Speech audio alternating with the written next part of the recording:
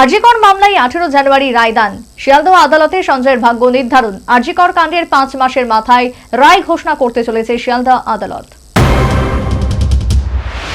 আরজিকর কাণ্ডের 5 মাসের মাথায় শেষ হয়েছে বিচার প্রক্রিয়া। চলতি মাসের 18 তারিখ আরজিকর ধর্ষণ এবং খুন মামলায় রায়দান করবেন শিয়ালদহ আদালতের বিচারক। ধৃত সঞ্জয়কেই দোষী সাব্যস্ত কি করবে আদালত? সেক্ষেত্রে কি সাজা ঘোষণা করবেন বিচারক? আদালতের রায়ের অপেক্ষায় গোটা দেশ। 90 দিনের মাথায় শিয়ালদহ আদালতে বিচার পর্ব শেষ হয়েছে। আগামী 18 জানুয়ারি বেলা 2:30 এই মামলার রায় ঘোষণা করবেন শিয়ালদহ আদালতের বিচারক। সঞ্জয়কেই যদি দোষী সাব্যস্ত করে আদালত, তবে সেক্ষেত্রে কি সাজা ঘোষণা করা হবে সেদিকেই তাকিয়ে গোটা বাংলা, গোটা দেশ। যদিও আরজিকরের যে নৃশংস ঘটনা ঘটেছে তা কারোর একার পক্ষে ঘটানো সম্ভব নয় বলেই বারবার দাবি করেছে বিভিন্ন মহল। অভিযোগ করা হয়েছে নেপথ্যে হাসপাতালে একাধিক ব্যক্তি জড়িত থাকতে পারে। ফলে শুধুমাত্র সঞ্জয়কে দোষী সাব্যস্ত করা হলেও এই রায় আমজনতা কিভাবে গ্রহণ করবেন তা নিয়েও রয়েছে যথেষ্ট প্রশ্ন।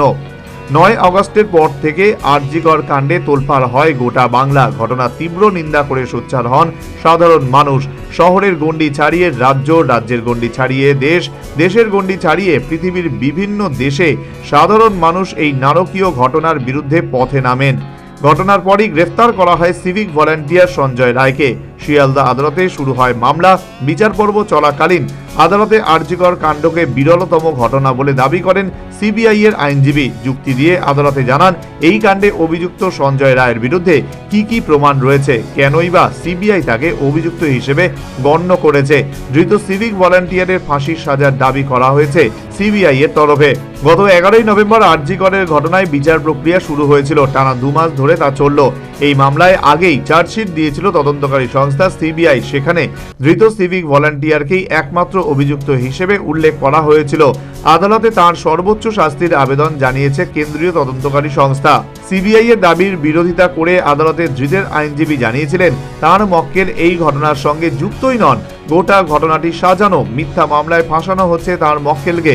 বুধবারই আদালতের ধৃতের আইনজীবী জানান, নির্যাতিতার শরীরে কোনো ধস্তাধস্তির চিহ্ন মেলেনি, তার পোশাকও অক্ষত ছিল।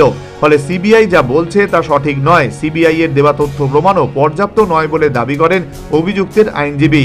সিবিআই জানিয়েছে, এই ঘটনার তদন্তে যে সমস্ত তথ্য প্রমাণ মিলেছে তাতে একজনই অভিযুক্ত। একজনের পক্ষেও যে ওই ঘটনা সম্ভব তা বলা হয়েছে বিশেষজ্ঞ চিকিৎসকদের রিপোর্টে। সেই তথ্য প্রমাণ উল্লেখ করেই ধৃতের সর্বোচ্চ শাস্তি চেয়েছে কেন্দ্রীয় তদন্তকারী সংস্থা। যদিও নির্যাতিতার পরিবার আদালতে জানিয়েছে একজনের পক্ষে এই ঘটনা সম্ভব নয় বলে তারা মনে করে। নতুন করে আরও বিশদে তদন্ত হোক চান নির্যাতিতার বাবা মা। এই দাবিতে তারা কলকাতা হাইকোর্টের দ্বারস্থ হয়েছেন। তবে সব পক্ষের বক্তব্য শুনেছে আদালত। ধৃতের আইনজীবীর বক্তব্যের প্রেক্ষিতে বৃহস্পতিবার নিজেদের অবস্থান জানায় সিবিআই। শিয়ালদহ আদালতের রুদ্ধদ্বার কক্ষে এই বিচার প্রক্রিয়া চলছে। সেই অভিশপ্ত রাতে হাসপাতালে ডিউটিতে ছিলেন তরুণী চিকিৎসক। ধৃত সিভিককে সিসি ক্যামেরার ফুটেজে ওই সেমিনার হলে ঢুকতে এবং বেরোতে দেখা গিয়েছে। কলকাতা পুলিশ ঘটনার পরের দিন তাকে গ্রেফতার করে। পরে এর তদন্তভার যায় সিবিআই এর হাতে।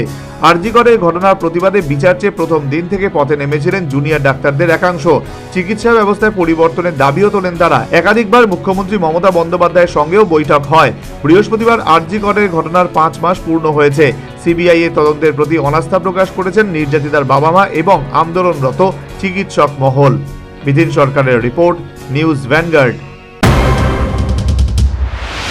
শিজা ইনস্টিটিউট অফ কিডনি সায়েন্সেস কিডনির জটিল রোগের চিকিৎসার জন্য এক উৎকৃষ্ট প্রতিষ্ঠান, যেখানে উত্তর পূর্ব ভারতের প্রথম এবিও অসামঞ্জস্য কিডনি প্রতিস্থাপন এবং মৃত ব্যক্তির কিডনি প্রতিস্থাপন করা হয়। এখানে 115টিরও বেশি কিডনি প্রতিস্থাপন এবং উত্তর পূর্ব ভারতের সবচেয়ে বেশি হিমোডায়ালিসিস করা হয়েছে এবং এই সংখ্যা দিন দিন বাড়ছে। Shija institute of kidney sciences Tripura সরকার সহ অরুণাচল প্রদেশ, মেঘালয়, মিজোরাম, মণিপুর এবং নাগাল্যান্ড সরকার দ্বারা স্বীকৃতি প্রাপ্ত।